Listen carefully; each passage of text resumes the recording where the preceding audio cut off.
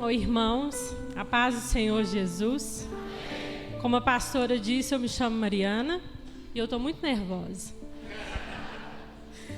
Mas eu quero começar lendo uma palavra que está lá em Mateus 13:53, que fala assim: Tendo Jesus proferido estas parábolas, retirou-se dali, e chegando à sua terra, ensinava-os na sinagoga, de tal sorte que se maravilhavam e diziam: de onde lhe vem esta sabedoria e estes poderes miraculosos? Não é este o filho do carpinteiro?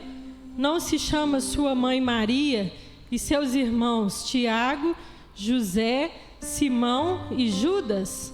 Não vivem entre nós todas as suas irmãs? De onde lhe vem, pois, tudo isto? E escandalizavam-se nele. Jesus, porém, lhes disse: Não há profeta sem honra, senão na sua terra e na sua casa. E não fez ali muitos milagres por causa da incredulidade deles. Amém? Pastor William, ele tem falado uma frase aqui que tem chamado muito a minha atenção. Ele tem falado que esse ambiente é um ambiente de fé. E eu creio que o Senhor, ele tem operado aqui. Eu creio que, além do meu testemunho, tem várias pessoas aqui que têm vários testemunhos para falar que Deus, ele tem agido nessa igreja. Há mais ou menos uns 4 anos atrás, eu e o meu esposo, nós éramos desviados. Na época nós éramos namorados, né? E nós tomamos a melhor decisão que nós podíamos ter, que era voltar para os caminhos do Senhor Jesus. E naquilo nós ficamos noivos, consertamos as nossas vidas, né? Santificamos o nosso relacionamento.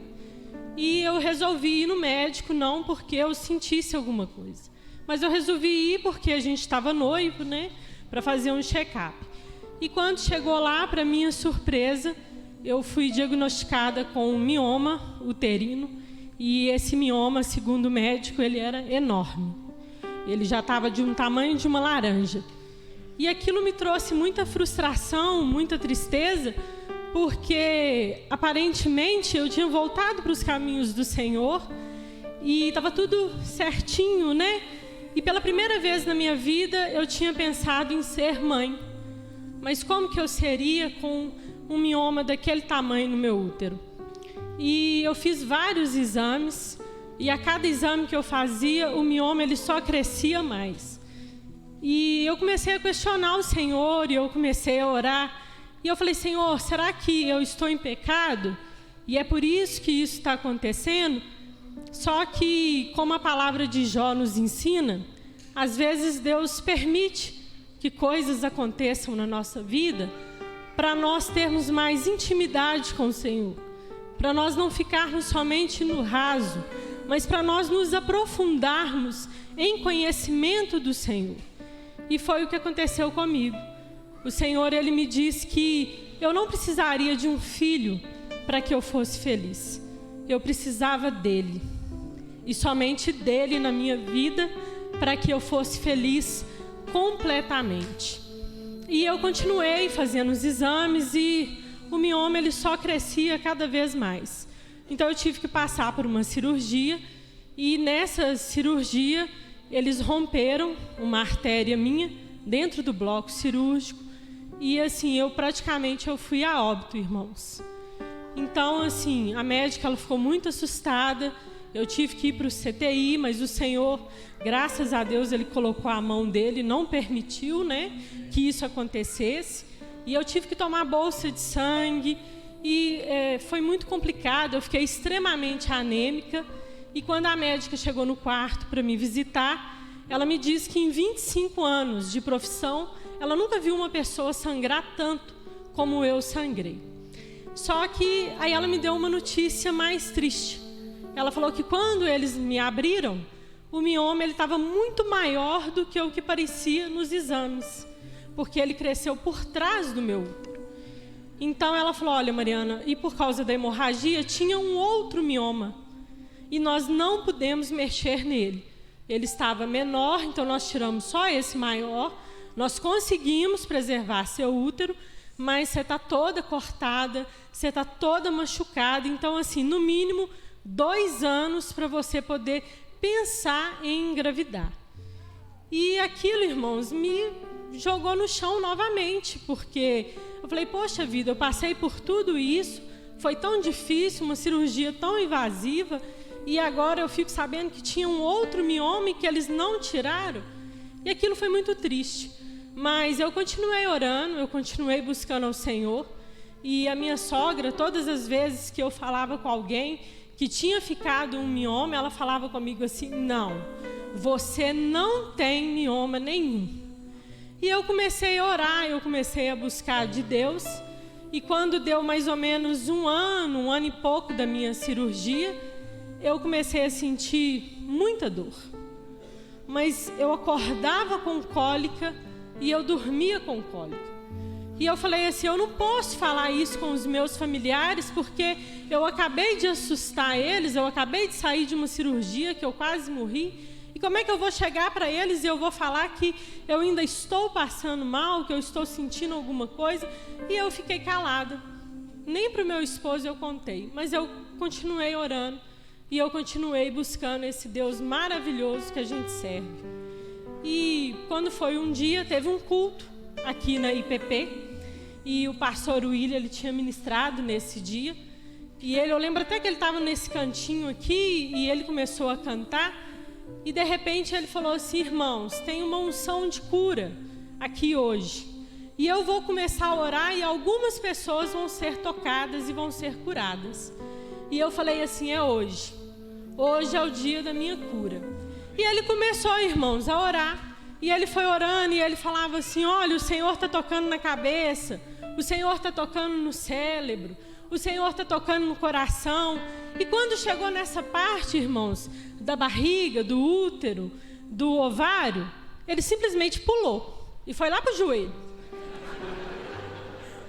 Aí eu falei assim, ô Senhor, na minha vez ele pula. E aí, irmãos, para a glória do Senhor Jesus, ele voltou e falou assim, útero, o Senhor está tocando em um útero aqui essa noite. E, irmãos, eu fui tomada no banco e eu comecei a orar em línguas e a minha barriga começou a ir apertando e ela foi apertando e nunca mais eu senti dor. Glória a Deus, que o Senhor seja exaltado. Amém.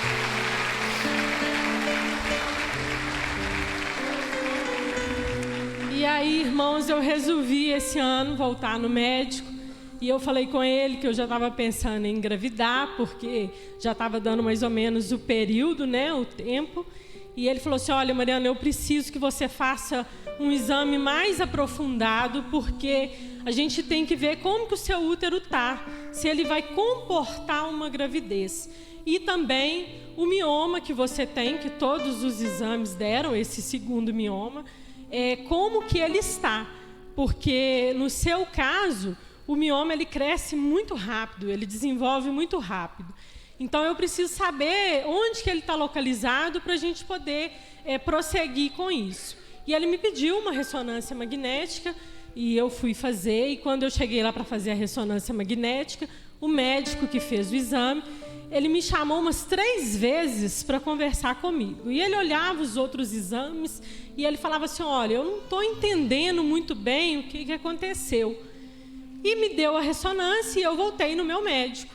E quando eu cheguei lá, entreguei para ele a ressonância, e ele olhava a ressonância, e ele olhava os outros exames, e ele balançava a cabeça, e eu falei assim, ô doutor, os meus exames não estão bens? Ele falou assim, pelo contrário, seus exames estão muito bons. E eu falei assim, mas e o mioma que tinha? Ele falou, olha, aqui não tem mioma nenhum.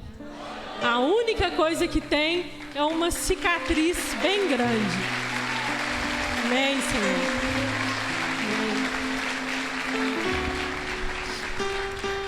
Amém. Então, irmãos, o que eu queria dizer para vocês hoje, que Deus, Ele não mudou.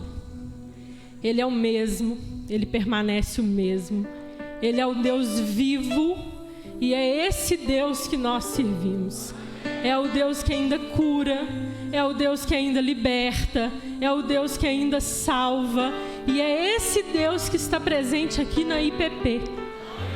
Então, irmãos, como eu disse no princípio, Jesus aqui fala que ele não pôde fazer muitos milagres, ele fez só alguns porque faltava fé. Então nós estamos nesse ambiente de fé, e tudo é possível àquele que crê. Amém?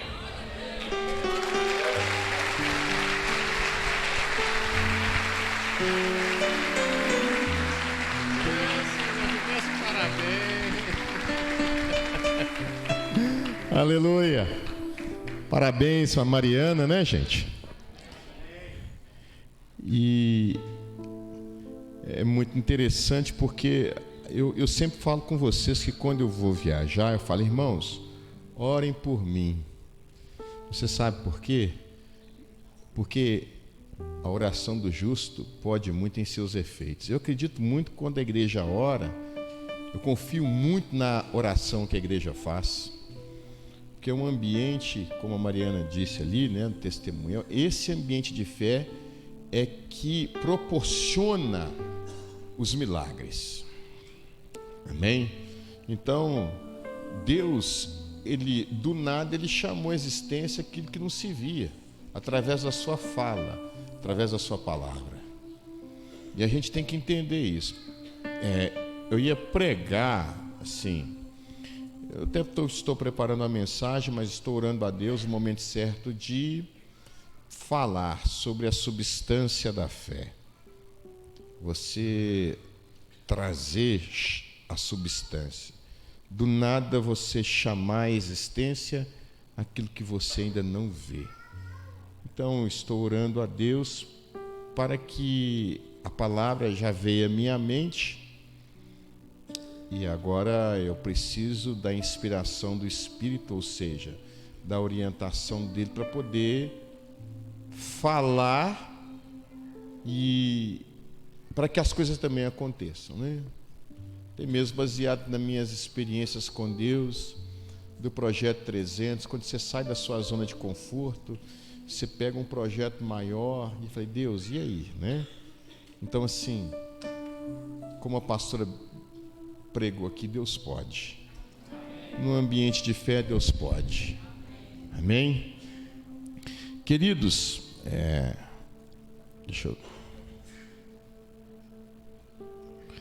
eu queria que você abrisse a sua Bíblia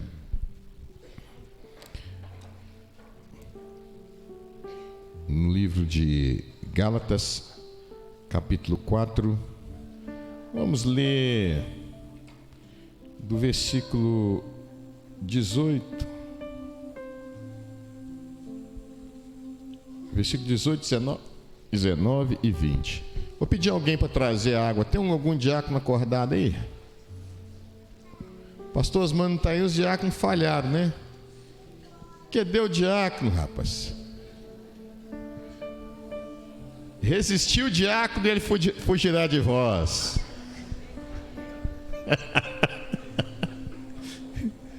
Cadê os diáconos? Não tem a minha água aqui, meu copinho aqui. Cadê o diácono? O diácono.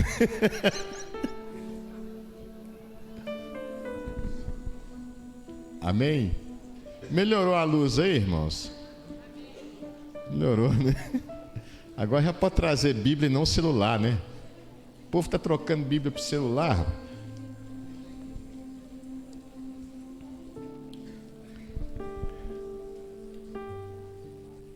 Isso aqui é diácono, viu? Obrigado, filho, tá bom. Diz assim, versículo 18, 19 e 20 fala assim: é bom ser sempre zeloso pelo bem e não apenas quando estou presente convosco.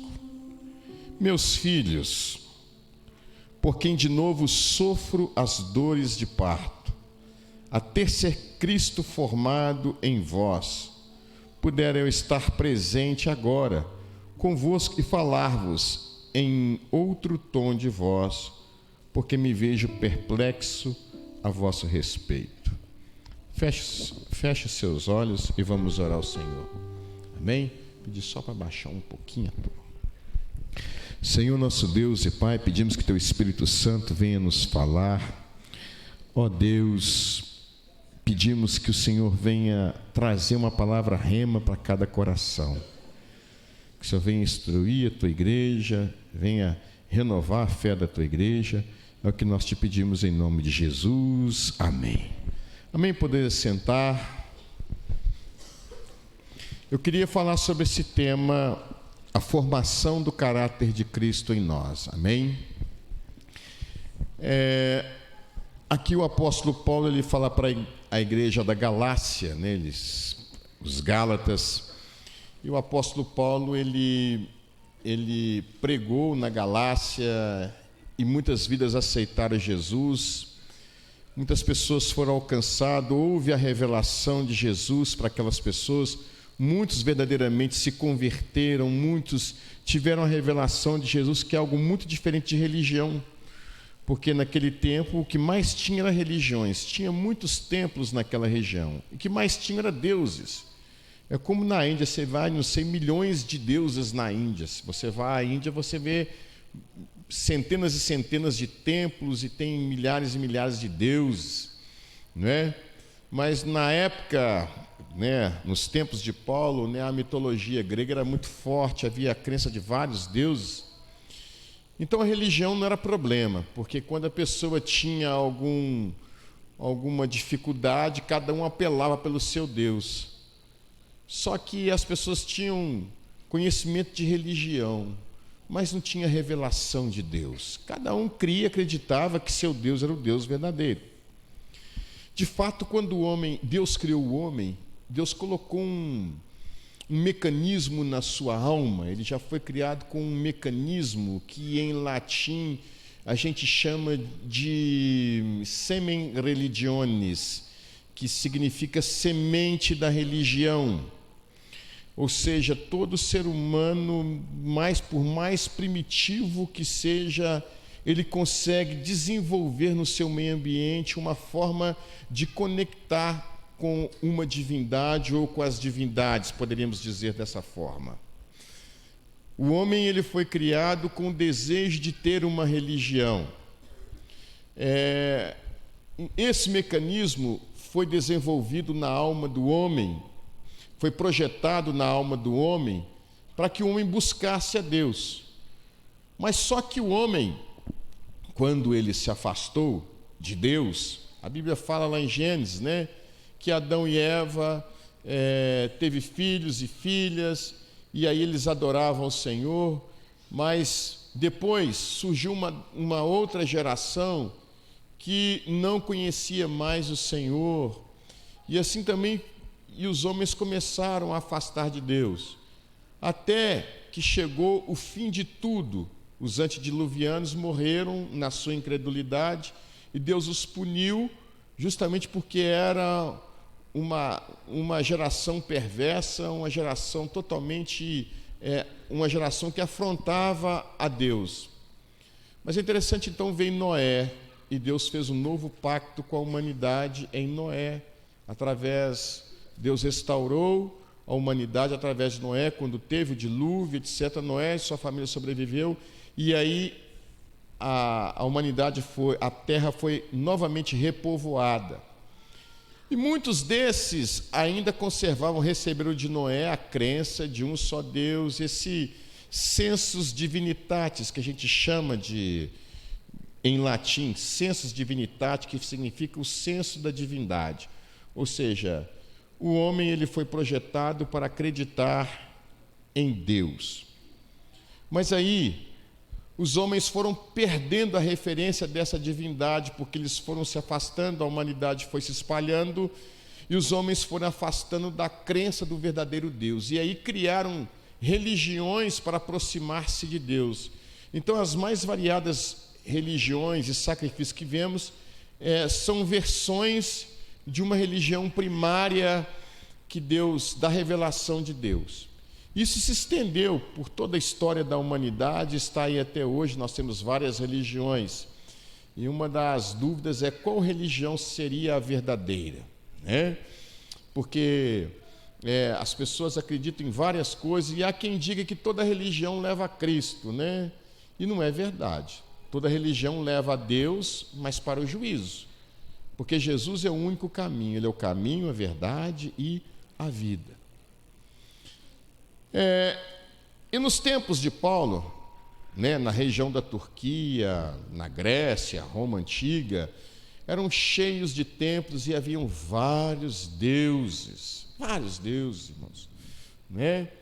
E Paulo, então, ele chega, ele vê um desafio muito grande de apresentar mais um Deus. Quando Paulo pregava, as pessoas acreditavam em vários deuses. Então, Jesus era apenas mais um Deus entre vários deuses. Por exemplo, se Deus enviou Jesus à terra, Zeus enviou Hércules. Então não tinha nada de diferente, que eles criam que Hércules era filho de Zeus. Agora, uma coisa interessante é que nenhuma religião falava de que alguém havia sido ressuscitado dentre os mortos, pelo menos no tempo de Paulo, naquele contexto. Então Paulo chega e fala que o Deus que ele cria era o único Deus verdadeiro, que mandou o seu filho, mas esse filho ressuscitou e operava milagres. Então Paulo começava ali, e o Senhor, através das mãos de Paulo, curava os enfermos e os doentes, expulsava os demônios. E aí sim ele começou a pregar na região da Galácia, e começou a pregar o Evangelho. Ele não só pregava o Evangelho, mas discipulava as pessoas que recebiam a revelação de Jesus Cristo. Então elas teriam que crescer neste Evangelho, conhecer mais esse Deus, ter relacionamento com Deus. Então o apóstolo Paulo, ele pregava, e as pessoas, elas não recebiam uma religião, elas recebiam a revelação de um único Deus. Tanto é que na região da Acrópole, me parece, né, lá em Atenas, tinha ali templo para vários deuses, e havia então os profetas que eram mercadores de religião. Eles iam nas praças e discursavam a respeito das religiões. Isso despertava os curiosos e filósofos que queriam saber qual era a novidade daquela religião. O apóstolo Paulo, então, ele, para pregar, e eu acredito que ele falou: Senhor, me dá uma estratégia aqui, como eu vou pregar para esse povo, porque tem várias religiões, eu estou no mercado de religião. E aí então o apóstolo Paulo vê em vários lugares, ele enxerga um altar, esse altar vazio, e está escrito assim: ao Deus desconhecido. Opa, é ali que está. Paulo então pega o gancho e começa a falar: esse Deus desconhecido que vocês não veem, esse Deus é o Criador dos céus e da terra. Por isso não consegue vê-lo, porque ele é muito grande. Não tem como dar forma a esse Deus. Não tem como você fazer imagem dele. Então Paulo começa a falar assim, eu estou falando isso aqui por inferência, tá, irmãos? E Paulo começa a explicar para eles a respeito desse Deus. Quando falou da ressurreição, então o povo ficou escandalizado. Mas algumas pessoas se salvaram. E Paulo então vai para a região da Galácia e começa a pregar o Evangelho. Ele não só pregava, e as pessoas que se convertiam à sua pregação, elas recebiam a revelação de Jesus. Porque ter Jesus é ter a revelação da vida eterna e receber um novo estilo de vida. A revelação de Jesus vem com o conhecimento da palavra, né? Vem com a pregação. Agora,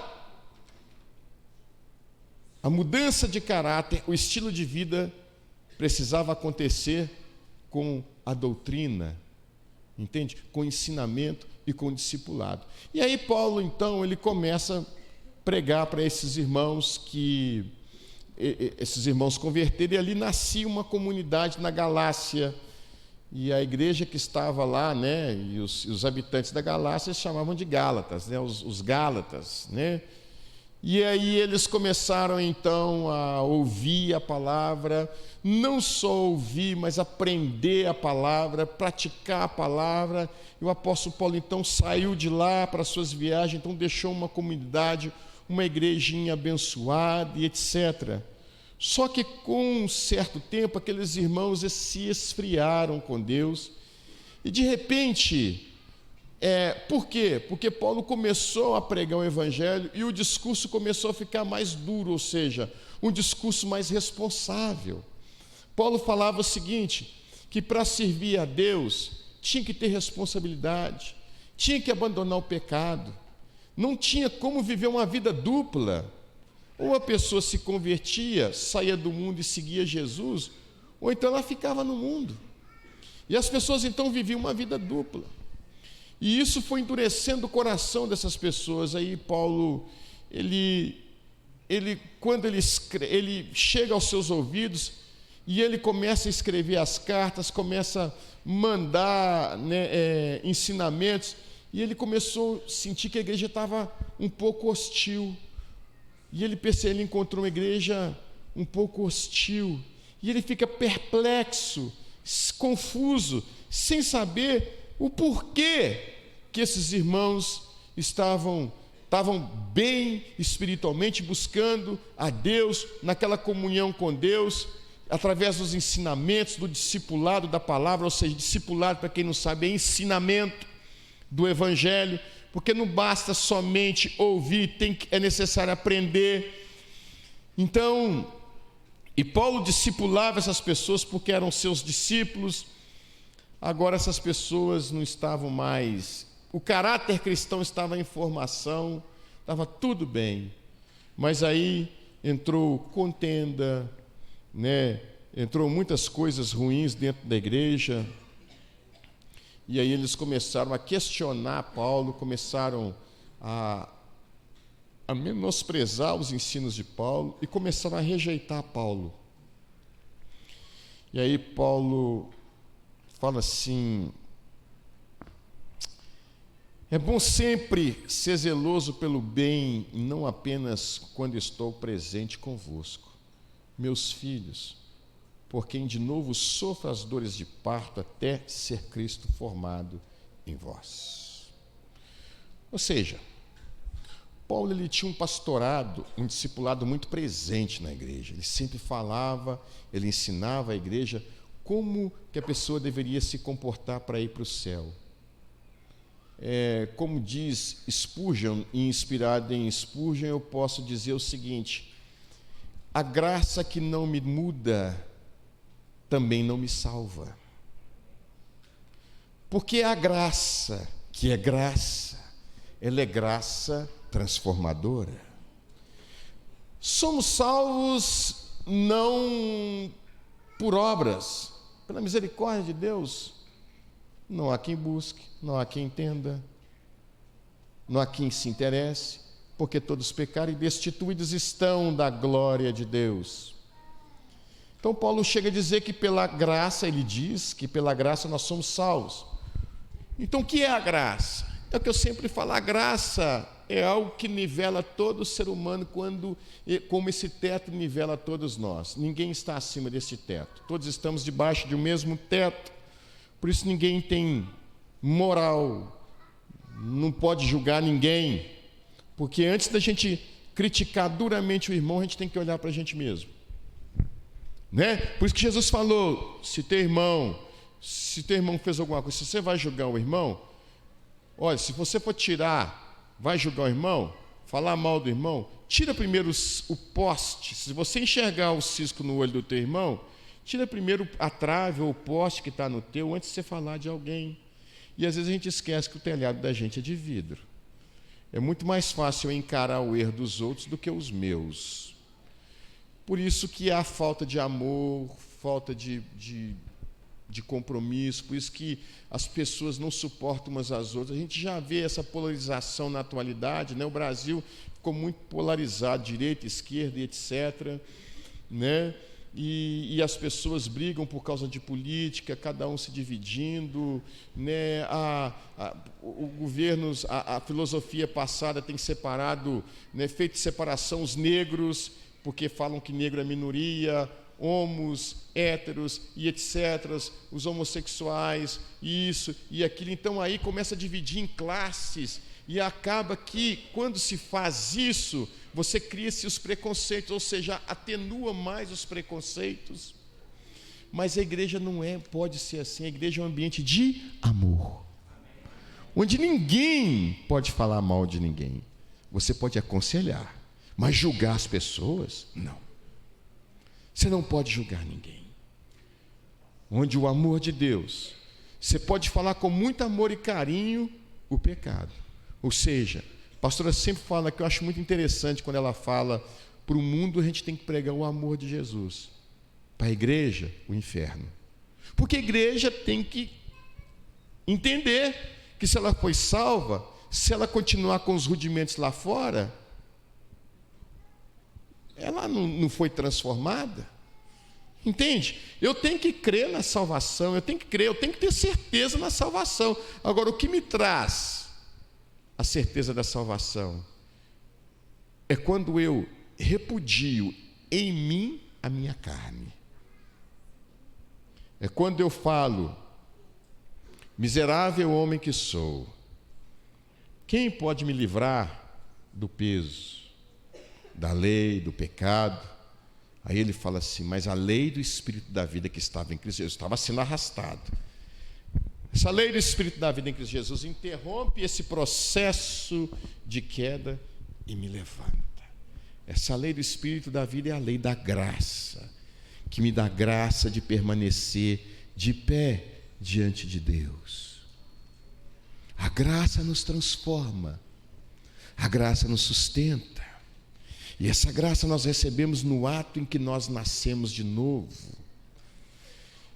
É pela graça que nós recebemos o novo nascimento. Agora, a igreja da Galácia, os Gálatas, eles estavam muito bem, mas chegou um momento que eles já não achavam mais a vida cristã tão relevante, estar na presença de Deus tão relevante assim. E começaram a viver de novo os rudimentos da carne. Ou seja, voltavam às velhas práticas. E Paulo, quando vai exortá-los, eles começam a achar ruim a pregação, eles começam a achar o discurso muito duro. Poxa, o apóstolo está falando de forma muito dura, ele só prega paulada em cima da gente, só isso, a gente não aguenta. E começaram, por quê? Porque as pregações de Paulo, o evangelho que Paulo pregava, reprovava as atitudes daquelas pessoas que se diziam ser cristãs. Por isso está explicado esse franco antagonismo, esse antagonismo todo em cima de Paulo, era baseado na reprovação de Paulo em relação a eles. Digo reprovação com muito amor e carinho, ou seja, através dos ensinamentos que trazia à luz os seus pecados e delitos. Não que Paulo apontava o dedo e falava, não, ele trazia as explicações.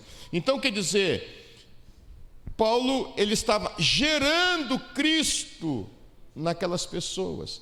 Cristo estava sendo gerado naquela igreja, através dos ensinamentos. Então, Cristo estava sendo formado, ou seja, o caráter cristão daquelas pessoas estava sendo formado, ou seja, ele estava abrindo mão do velho caráter, do mau caráter, se poderíamos dizer dessa forma, né? De um péssimo caráter, e de repente, essas pessoas agora estavam recebendo o caráter cristão, ou seja, a transformação de vida através da palavra, pelo Evangelho. O Evangelho, Paulo fala assim, olha, pois eu não me envergonho do Evangelho, pois é o poder para todo aquele que crê, tanto judeu quanto grego. Ou seja, ele está dizendo que o Evangelho ele tem poder para transformar todo mundo. Deus não faz acepção de pessoa, não tem cor, não tem raça, não tem nada. O Evangelho é transformação, é mudança de vida e de comportamento pela graça. Então a graça nos capacita, ela cria um ambiente divino e que nos capacita a viver de forma aprovada e não reprovável diante de Deus. Mas se pregam aí que uma vez salvo, eu estou salvo para sempre. Concordo, eu estou salvo para sempre. Só que o salvo não vive na prática do pecado. Entende o que eu estou dizendo? Que é diferente. Eu me lembro que quando eu aceitei Jesus, aí eu fui para casa e falei, meu Deus, esse negócio deve ser difícil demais. É difícil pra caramba. Por mais que eu tinha recebido aquele impacto da palavra, e de repente eu me via assim, falhando em alguns aspectos da minha vida. Eu conheci 3 irmãozinhos, e esses irmãozinhos me ensinaram que eu deveria orar, deveria crescer espiritualmente. E eu comecei ir em busca deste conhecimento de Jesus, comecei a debruçar na palavra de Deus, conhecendo toda a palavra de Deus, lendo e orando com esses irmãozinhos, até que um dia eu fui batizado com o Espírito Santo, recebi o Espírito Santo na minha vida, ou seja, o dom do Espírito Santo, falei em línguas e etc. Quem ainda está no Evangelho, quem está aqui hoje não entende isso, mas é uma segunda bênção, é o poder de Deus para aqueles que Deus tem propósito, para usar em alguma coisa. Não me pergunte por que alguns são batizados e outros não são, porque eu não sei te responder isso. Isso é só com Deus. Eu ainda não fiz doutorado para saber se Deus, porque Ele escolhe um e não escolhe outro, isso é soberania. São coisas que eu não discuto, eu só aceito. Mas eu fui alcançado e daí então eu passei a viver uma vida que... Não que eu não pecasse, né, irmãos?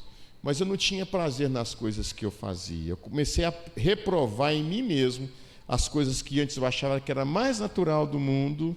Eu descobri que eu estava sendo, né, reprovado, porque eu li o Evangelho e eu pensei, meu Deus.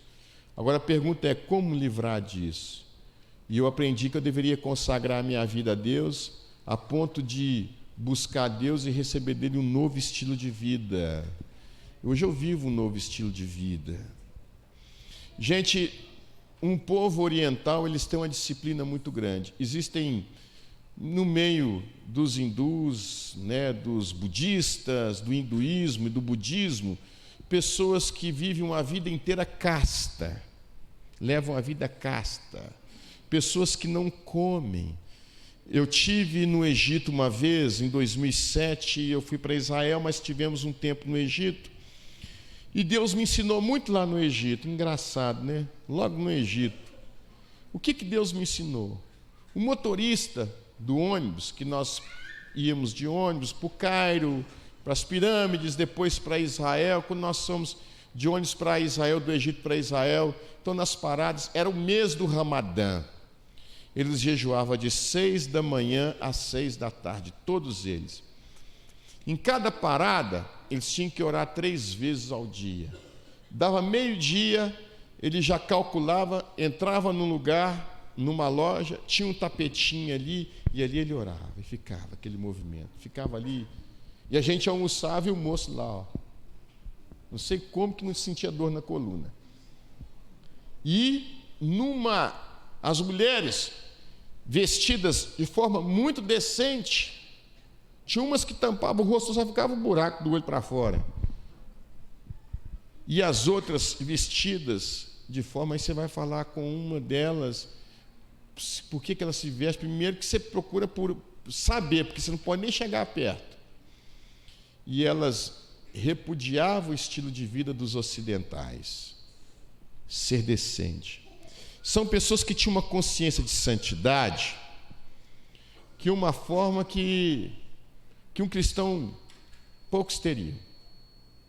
Porque para o cristão viver uma vida de santidade, ele chama de legalismo. E eles viviam num legalismo, sim, eles adequaram a sua mente. Agora, nós que temos o Espírito Santo, eles não têm o Espírito Santo, e disciplinaram o corpo e a mente para chegar a esse estágio religioso. Por que não nós, que temos o Espírito de Cristo, que habita em nós, não podemos desenvolver habilidades espirituais, porque temos capacidade para isso? Quantos estão entendendo? Amém. O caráter de Cristo, ele vai sendo formado a partir do momento que a gente vai conhecendo as Escrituras e praticando as Escrituras. Eu já conversei com pessoas desviadas, falando assim, pastor, o que o senhor vai falar para mim? Eu já sei, eu conheço a Escritura, eu conheço de Gênesis a Apocalipse. Não, eu sei que eu tenho que fazer isso, eu conheço as Escrituras. Eu já falei assim, meu filho, você não conhece, conhece, você sabe endereço. Endereço você conhece muito bem. Eu vou te explicar. Isso eu falei lá em Campos, não foi aqui não, tá, irmãos? De vez em quando aparecem uns doidos lá em Campos, dentro da igreja. E eu falava assim, escuta aqui, como é que você pode falar de amor se você nunca amou? Como? É simples assim. Você só conhece algo quando você tem experiência com algo. Tem coisa que é meio que empírica, né? Tem coisa que é meio que empírica. Você tem que ter essa subjetividade, viver para você conhecer. Então, quando nós temos a revelação da palavra, a revelação da cruz, a revelação de Jesus, nós recebemos um impacto no nosso coração e esse impacto nos impulsiona a viver uma vida que agrada a Deus. É nisso aí que vai se desenvolvendo o nosso caráter cristão. Aí Paulo, ele escreve e fala assim, meus irmãos, meu Deus, onde está aquele trabalho todo que eu fiz convosco, aqueles dias, aqueles tempos de discipulado, eu explicando para vocês o beabá do Evangelho, explicando como vocês deveriam fazer, agora vocês esqueceram isso? Olha o quanto eu sofri, eu estava sentindo dores de parto, o quanto eu sofri, enfrentei muitas adversidades para ensinar vocês o Evangelho, eu sofri perseguições, adoeci, passei isso, passei aquilo, e eu esperando que Cristo fosse formado em vós. Esse formado aqui, né, metamorfose ou metamorfo, o que for, aqui diz a respeito de uma mulher que está grávida e a criança está sendo formada, o feto está sendo formado no ventre. É interessante isso, né? É uma metáfora, porque Deus, a Bíblia fala que o Senhor formou Adão. Agora o homem forma Cristo no seu interior. Entende como é que é? Deus formou Adão, formou o homem, a sua imagem e semelhança, ele formou do pó da terra. Agora o homem tem a possibilidade de formar Deus no seu interior, no seu caráter. Ou seja, você precisa assumir a forma de Cristo na sua vida. Quantos estão entendendo o que eu estou dizendo? Está entendendo? Quem não entendeu? Pode levantar a mão. Quem quer dizer? É o Simvaldo. Você entendeu não, Simvaldo? Ah, entendeu. Que susto. Até que Cristo seja formado em vós. É isso que é importante. É você assumir a forma de Cristo no seu caráter. E você só assume essa forma de Cristo no seu caráter se dedicando, lendo a Bíblia, praticando a Bíblia, fazendo da Bíblia o seu estilo de vida. Religião, não. A revelação de Cristo traz um novo estilo de vida. É isso que é ter Jesus. Às vezes a gente fica muito preocupado com a religião, mas quando nós temos o caráter de Cristo é diferente. Se a gente encarar a religião, a gente vai ver puro legalismo, mas quando nós encontramos Jesus, nós encontramos o estilo de vida que nos proporciona o poder de viver uma vida que agrada a Deus. Amém? Quantos estão entendendo? Então dê um forte aplauso a Jesus pela palavra dele. Então veja bem, talvez para alguns aqui é um mero discurso, mas para aqueles que são ávidos de Cristo são pérolas. Para aqueles que estão ávidos de Cristo são pérolas. Para aqueles que não valorizam, não passa de um discurso. E aí o apóstolo Paulo, estou encerrando, ele fala assim: de novo sofro dores de parto até que Cristo seja formado em vós. Ou seja, Cristo estava formadinho, agora ficou deformado, porque as vossas atitudes macularam toda a obra que eu trabalhei. E agora eu estou perplexo, por que vocês deixaram isso acontecer? Eu estou confuso. Aí ele fala, de novo eu sofro dores de parto, até que Cristo seja formado em vós. Tem pessoas que começam muito bem no Evangelho, vive numa montanha russa, sobe, sobe, sobe, sobe, aí de repente ela esquece, ela deixa de praticar alguns princípios importantes para a sua comunhão com Deus, e ela começa a descer. Você já viu que toda pessoa que está em queda espiritual, a primeira coisa que ela faz é criticar os outros. Ela nunca olha para ela. Já reparou isso? Ela sempre acha defeito. Se ela encontra defeito na igreja, ela encontra defeito no irmão, ela encontra defeito no pastor. Aí eu tenho uma forma de ver muito mais sofisticada do que o pastor. Eu acho que a palavra que o pregador está pregando não está à minha altura. Eu discordo disso, discordo daquilo. Mas você vai ver que a pessoa está secando espiritualmente. Aí quando você vai ver, a pessoa está vaidosa, orgulhosa e pecaminosa.